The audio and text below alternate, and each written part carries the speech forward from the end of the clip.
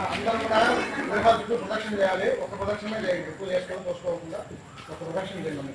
ముందుగా అయిపోయి దాతలు అయిపోయింది, తర్వాత మనం చేస్తామంటే 16 రకాలైనటువంటి ఉపచారం చేయాలంట.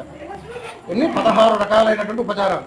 ఆ ఉపచారాలనే షోడశ ఉపచారము అంటారు. అంటే ఒక అతిథి మన ఇంటికి స్నేహితుడు బంధువు ఎవరైనా వస్తే ముందుగా కాళ్ళు కడుక్కోవడానికి నీళ్ళు ఇచ్చి, చూసుకోవడానికి మంచి టవల్ ఇచ్చి, భోజనానికి ఏదైనా వసతి ఏర్పాటు చేసి, భోజనం చేసినాక పడుకోవడానికి ఒక పరుపు ఇచ్చి, తప్పుకోవడానికి ఒక దుప్పటి ఇచ్చి, మళ్ళీ లేచిన తర్వాత స్నానం చేసిన నీళ్ళు ఇచ్చి, వేసుకొని పోవడానికి పాదకలు ఇచ్చి, ఇట్లా అనేక రకాలైనటువంటి సంస్కారాలు ఉంటాయి.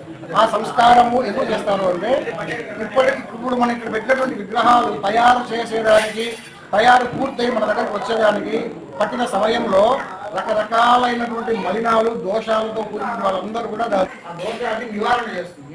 తర్వాత ఏం చేస్తాము, ముందుగా ధాన్యం పూజగా ఆ దానికి జలాదివాసనం చేస్తాం. వాస్తవానికి అంటే దానికి ఒక రోజుగా నిల్వలో ఉంచాం. దానికి మనకి ఇక్కడ సమయం లేదు, ప్లస్ సందర్భం కూడా లేదు, ఇంకా పెట్టేటట్టు అవకాశం లేదు.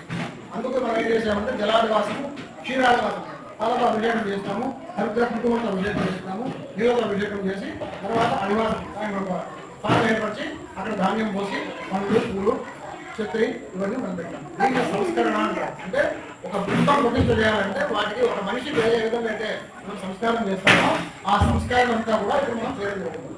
దాని ద్వారా ఏమిటంటే ఈ బింబం తయారైనటువంటి సమయం నుంచి ఇప్పటి వరకు ఈ క్షణం వల్ల ఏదైతే దోషాలతో కూడిందో ఆ దోషాలన్నీ కూడా ఇప్పుడు నివారణ చెందింది. ఎందుకు ఈ రోజు రాత్రికి విధంగా చేసిన ధాన్యంలో ఈ పొలాల్లో ఈ చుట్టాలతో ఆ దోషం పోతుంది. రేపు ఉదయాన్నే మనం ఏం చేయాలంటే ఉన్మాదం చేసి వాటి యథాస్థానంలో జరిగినటువంటి కార్యక్రమం ఏంటంటే అధివాసన పూజలను జరిగింది. అంటే పొద్దున గణపతి పూజ, పుణ్యాహవాచనము, వృత్తికరణము, మహాసంకల్పము. అంటే మనం దేనికోసమైతే చేస్తున్నాము, ఎందు గురించి ఈ సంకల్పం చేశాము, ఈ సంకల్పం యొక్క ముఖ్య ఉద్దేశం ఏంటి, అవన్నీ కూడా మనం పొద్దున సంకల్పంలో చెప్పుకున్నాం. దీని ద్వారా కలిగే ఫలితాలు ఏమిటి, ఎందుకు అంటే అగ్ని పురాణం, పురాణాలు చాలా ఉన్నాయి. భవిష్యత్ పురాణాలు అమ్మవారికి ప్రతి పౌర్ణమి నాడు, అమావాస్య నాడు, దసరాల్లో, శ్రావణ మాసంలో చండీ హోమాలు, ఇట్లా వివిధ సేవలు కైంకర్యాలు చేస్తూ దిగ్విజయంగా అందరి యొక్క సహాయ సహకారాలతో అన్ని యొక్క కార్యక్రమాలు జరుపుతూ ఉన్నారు. ఇక్కడ వారికి ఒక ఉన్నతమైనటువంటి సంకల్పము, ఆశ, కోరిక 3 కలిగినాయి.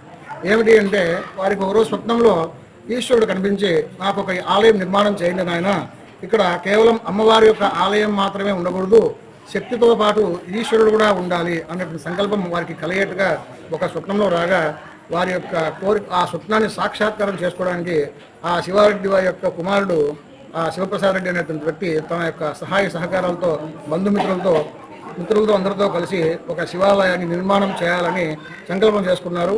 ఇంతలో ఇక్కడ ఒక ఆంజనేయ స్వామి నిర్మాణం చేయాలని చాలా ఏళ్ల నుంచి ఒక సంకల్పం కలిగిన వ్యక్తి శివాజీ అనేటువంటి వ్యక్తి వారి నాన్నగారి యొక్క కోరిక మేరకు ఒక ఆంజనేయ స్వామి విగ్రహం పెట్టాలి అనేటువంటి మాటల సందర్భంగా వారిద్దరి మధ్యన ఒక మాటలు జరిగి, అయితే నేను కూడా అక్కడ ఒక ఆలయం నిర్మిస్తానని చెప్పి వీరందరూ కూడా కలిసి ఒక సుందరమైనటువంటి ఆలయ ప్రాంగణంలో భువనేశ్వరి దేవి సాయిబాబా యొక్క సమేత దేవస్థానం నందు ఉన్నటువంటి ఖాళీ ప్రాంగణంలో ఇద్దరు కూడా వివిధ సహాయ సహకారాలు తీసుకొని యథాశక్తిగా సుందరంగా ఒక ఆలయాన్ని నిర్మాణం చేశారు.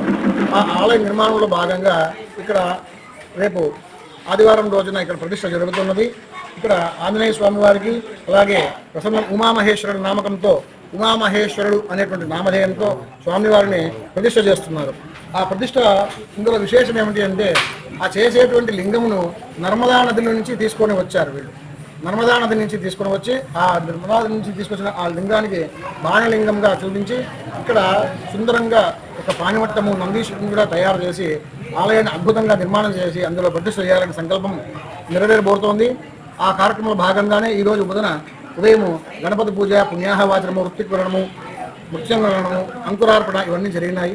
సాయంత్రం పూట స్వామివారికి ఆ సంస్కారణార్థం అనేక దోషాలు ఉంటాయి కాబట్టి చేసేటువంటి విగ్రహాలకు ఆ దోషాలన్నీ తొలగిపోయి ఆ దోషభూషితమైనటువంటి ఆ విగ్రహాలన్నీ కూడా పవిత్రంగా మారడం కోసం అనేక రకాలైనటువంటి అధివాస పూజలు చేశారు. అందులో భాగంగానే జలాదివాసము, శయ్యాదివాసము, ఫలాదివాసము, ధాన్యాదివాసము, పుష్పాదివాసము ఇలా అనేక రకాలైనటువంటి అధివాస సంస్కరణలు పూర్తి జరిగాయి. రేపు ఉదయం స్వామివారికి ఇక్కడ ప్రతిష్ట జరిగేటువంటి మూలవర్లందరికీ కూడా పైన ఆవాహన చేసేటువంటి కలశాలన్నిటి కూడా మూలమంత్రములతో స్వాహాకార హోమాలన్నీ కూడా ఉంటాయి. ఆ హోమాల అనంతరం సాయంత్రం ఉదకశాంతి ప్రతిష్ట, పారాయణము, నక్షత్రష్టి పారాయణ ఇలా అనేక రకాలైన వేద పారాయణలు జరిగి మర్నాడు ఉదయాన్నే ఆదివారం ఉదయాన్నే సుముహూర్తం నందు నిశ్చయం చేసినటువంటి సుముహూర్తంన స్వామివారి యొక్క మూర్తిని అలాగే ఆంజనేయ స్వామిని ఇక్కడ ప్రతిష్ఠ జరుగుతుంది. ఈ ప్రతిష్ఠ కారణంగా అందరూ కూడా ఇక్కడ ఉన్నటువంటి పుర ప్రజలందరూ కూడా సుఖశాంతాలతో ఉండేట్టుగా వరుణ జపం కూడా చేయించాము. కావున సస్యశ్యామలంగా అందరూ సువృష్టిగా ఉండి అనావృష్టి నివారణ జరిగి అందరూ కూడా సుఖ సంతోషాలతో ఉండేట్టుగా ఈ ఆలయ నిర్మాణం జరుగుతుంది. కావున 50 మంది భక్తాదులందరూ కూడా విచ్చేసి స్వామివారి యొక్క కైంకర్యంలో పాల్గొని తమ వంతు శక్తి సహాయ సహకారములు అందించి స్వామివారి యొక్క కృపకు పాత్రలు అవుతారని చెప్పి అందరినీ మనస్ఫూర్తిగా కోరుకుంటున్నాను. నా పేరు ఆలూరు రవిశంకర శాస్త్రి, మోచంపేట శివాలయం ప్రధాన అర్చకుడు. Okay sir. నమస్కారం అండి. నా పేరు వెంకట శివాజీ. మా నాన్నగారి పేరు మధ్యారి వెంకటరమణ. ఆయన వయసు 75 సంవత్సరాలు. ఆయన కోరిక మేరకు ఇక్కడ ఆల్రెడీ ఉన్న సాయిబాబా భువనేశ్వరి దేవి ఆలయంలో మేము ఆలయ ప్రాంగణంలో మేము ఆంజనేయ స్వామి విగ్రహము ప్లస్ ఆంజనేయ స్వామికి నా పేరు శివారెడ్డి, మా నాయన పేరు శివారెడ్డి. వాళ్ళ కుటుంబాన్ని సుప్రసారెడ్డిగా ఇక్కడ ఆలయంలో మా నాన్నగారు నిర్మించినటువంటి ఆలయంలో నేను తీసుకొని ఇక్కడ శివాలయం నిర్మించాలని ఒక కోరికతో మా మిత్రుల సహాయంతో రఘు, సంగయ్య, మల్లి అలా ఒక 5-6 మంది సహకారంతో శివాలయం నిర్మించడం జరిగింది.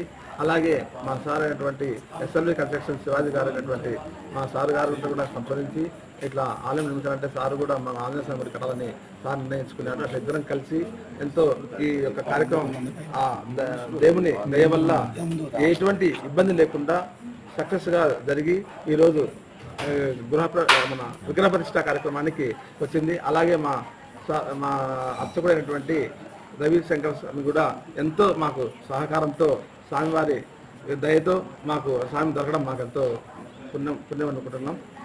స్వామి కూడా మాకెంతో సహకరించి ఒక అర్చకుడు కూడా ఇక్కడ అన్నదానం కూడా చేసి ఇక్కడ మేము కూడా చేస్తామని అర్చకులు వాళ్ళే అన్నదానము ఈరోజు సాయంత్రం ప్రసాదం కానీ రేపంతా వీళ్ళు ఫ్రెండ్స్ కూడా అన్నదాన కార్యక్రమం కానీ చేయడం జరిగింది.